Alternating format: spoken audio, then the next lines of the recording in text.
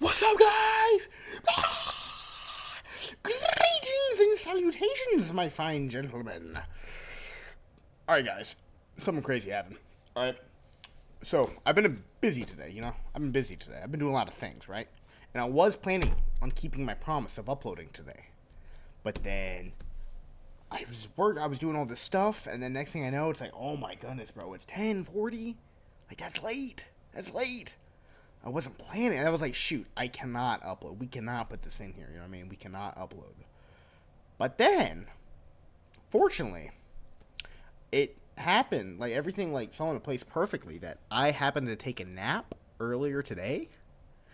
And, so I'm not tired. So I need to kind of kill some time. So we're getting an episode. Before I go catch some Z's, Hit the snooze button. You know what I mean? Hit the snooze, man. I gotta hit the snooze, my fine gentleman. Oh my goodness, bro. The chicken has been destroying my copy of... Wings of Fire, the Dragonite Prophecy. Dude, I've owned this copy for ages, bro. Oh my goodness, bro. Alright, let's see how long this chapter is. I'm on page 74. Whew! 81! Alright, it ends on 80. Alright. Perfect! Alright, guys. Freezing water splashed over Clay's head. He woke up with a gasp as the rest of his body was plunged into the river. Strong talons gripped his shoulders, shoving him under the water. He thrashed, terrified, and the current nearly dragged him away. The other dragon yanked his head into the air and shouted, "Quit struggling! I'm saving you!" Who could that be? I got no idea. Clay went limp and let himself be shoved under again. He fell to the sticky poison washing from his scales, although the pain lingered as his panic died down. Memory clicked on. He lunged back to the surface. "Tsunami!" He yelped. He tried to wrap his wings around her, flapping and splashing in the dark. Her claws dug into his spine along his back. "Seriously, Clay, stop moving!" Sure. She whacked his tail back. I misread that. My fault. She whacked his tail back into the water with her own. "I don't think I don't know what this white stuff is, but it smells awful. And I think it's trying to dissolve your scales. You stay in the water until it's all gone." She moved his claws to the rock and helped him hang on against the fierce current while she poured more water over his head. He strained his eyes, trying to see her, or even a black shadow that might be her, but it was too dark. He clung to the feeling of her cold, wet scales against his. She was really here. "How'd you get free?" he asked through the chattering teeth. They had to shout to be heard over the roaring waterfall. "Fire!" Tsunami said. I realized if Kestrel's flames could merge the chains together, maybe more fire would break them apart. She knew I couldn't do it, and as usual, she figured we wouldn't help each other, because that's not dragon nature or whatever. It took Sunny and Starflight together to get their breath hot enough, but they blasted one of the links until it melted, and then I followed you as fast as I could." Clay rested his head on the rock by her talons. It felt like the cracks between his scales were singing high-pitched dead aisles of pain.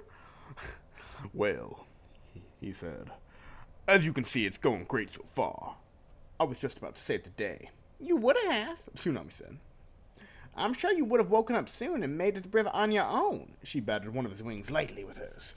Clay wasn't sure of that at all, but he wasn't about to add whining to the list of things wrong with him. "Did you see the glowworms?" he asked. "Kinda cool, right?" Huh? "Oh, I can beat that." A moment passed on, and then Tsunami's stripes began to glow. along her wings and tail. She even turned on the whorls of light along her snout. Oh my goodness, I moved through the chapter. Dimly the cave took shape around them. Clay had never been so happy to see anything in his life.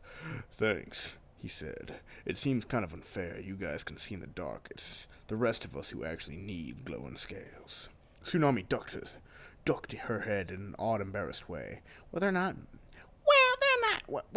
meant to help us see," she said. Clay stretched his legs and his tail under the water. The goop on his scales was gone, but the stinging was still there, battling the freezing numbness caused by the river. "Really," he said, trying to take his mind off the pain. "Then why do you glow?" Well, He'd never seen Tsunami stammer over anything. Now he was really curious. "Tell," he said, splashing her. you're doing that thing you do," she said, "where you talk about something ridiculous so you don't have to deal with something serious." "I am not," Clay protested. "You're the one ducking the question." "All right, fine," she said with a grimace. "Glowing in the dark." "Oh, spicy! Guys, 7 chili peppers out of 7 chili peppers! Oh my goodness!" Bro, look how red I am! Look how red I am, bro! This is so spicy! Flustered emoji, flustered emoji, flustered emoji! Oh my goodness. Glowing in the dark, the glowing in the dark. Webb says it's to attract other sea wings. That's how we choose our partners or whatever.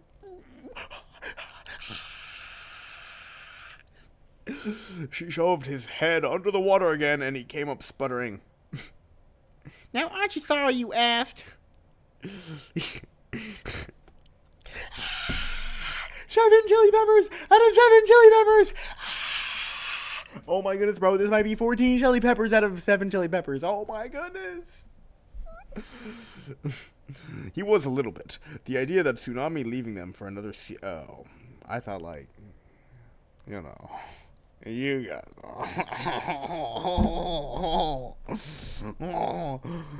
Well,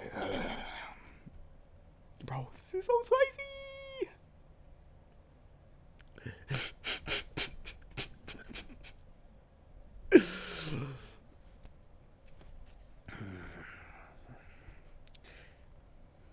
The idea that Tsunami leaving them for another sea wing with cool, glowing scales made Clay feel extra blabby and drab. "So we can't go up to the rocks," he said. "What do we do about the waterfall?" He hoped she wouldn't ask whether his scales still hurt. He just had to tough it out until the pain went away. She grinned. "We dive right over it," she said. "How high could it be?" "And how many sharp rocks could be there at the bottom?" he countered. "I'd like to see what we're jumping off first, please." "All right, let's go check it out," she said, releasing him, and leaping into the water. The current whooshed her away, and he had to let go of his rock to follow her. Quickly, before the light of her scales disappeared, "Tsunami!" he called. There was no way she could hear him over the roaring waterfall. An underwater boulder slammed into his belly, and he inhaled a mouthful of river, choking and coughing. He paddled after her with the blurry glowing into the distance. Suddenly, the glow vanished, and he was plunged into darkness again. "Tsunami!" He roared. A heartbeat later, Clay felt the air suddenly yawn wide in front of him. Some instinct kicked in, and he lashed out with his talons and tail. One of his claws caught a jagged spur of rock, and he flung his front talons around it just as the rest of him flew out into space. He was dangled over the waterfall. He dug his claws into the rock and hung on for dear life, scratching his eyes shut even though the darkness was dark enough.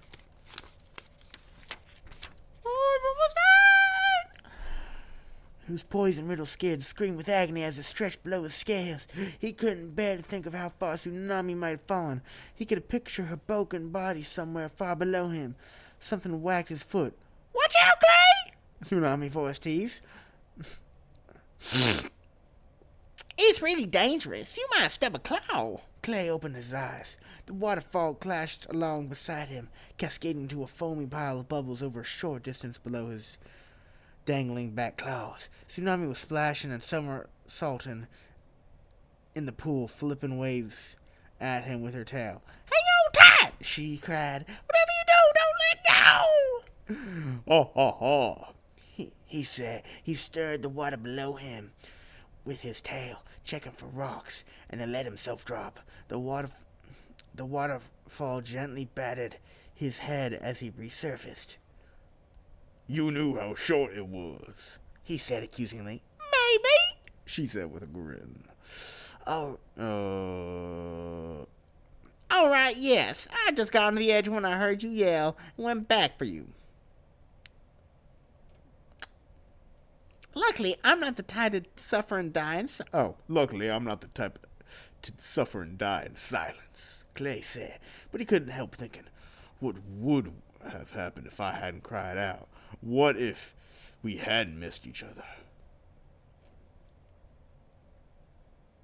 "Come on, the river keeps going this way," Tsunami said, her webbed foot swooping through the water, shooting her out in front of him. He followed her through the pool into another narrow channel with rocky bends on either side. But he cocked his head. His ears twitched.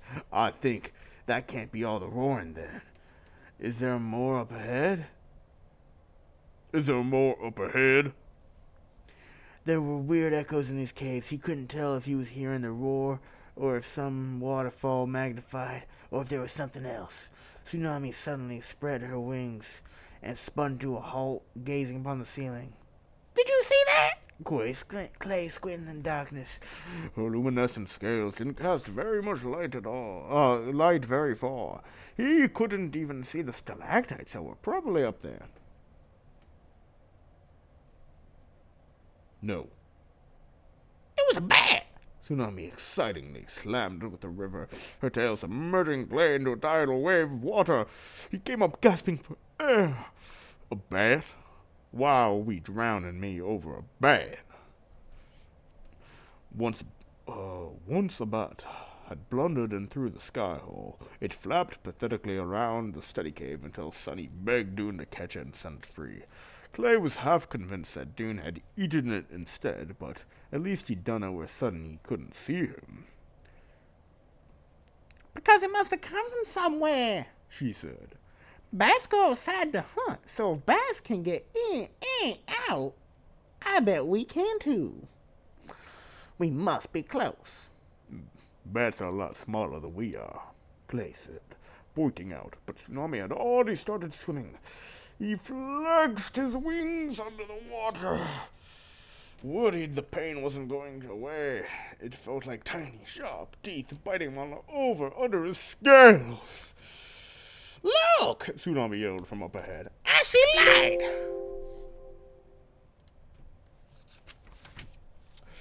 Clay beat his wings quickly, trying to catch up. It hoped that the current was getting faster again, but then was the roaring getting louder too? He came around a bend in the river and saw a circle of silvery light in the distance. The dark outline of Tsunami's head was barreling toward it. Clay couldn't believe his eyes. It was moonlight, just like he'd seen through the sky hole. There really was a way out, and they'd found it. He was speeding along, now barely using his legs to paddle as the river whisked him toward the light. Suddenly, a piercing shriek echoed through the cave. Tsunami disappeared. Please be another joke. Please be another joke. Clay prayed, swimming as fast as he could. The moonlight entered the yawn wide in front of him, then abruptly he shot out into open space. The river plunged out of the cave, straight down a tall, sheer cliff. Clay's wings flew open, and he banked, catching the air before he fell. He was flying! We're not flying, we're falling with style! Look, Buzz, we're flying. No, we're falling with style. Ah! Buzz Lightyear gang, smash that like button, smash that share button, smash that subscribe button, smash that notification button, smash all the buttons. Do what you gotta do. Guys, I hope you guys enjoyed. Just a quickie before I catch some Z's. So, guys, tomorrow, by the time you're watching this, probably, I'm gonna be sworn in as a government agent. Can you believe that? That's insane, bro. I'm just kidding. I'm lying to you. But, yeah, I'm lying.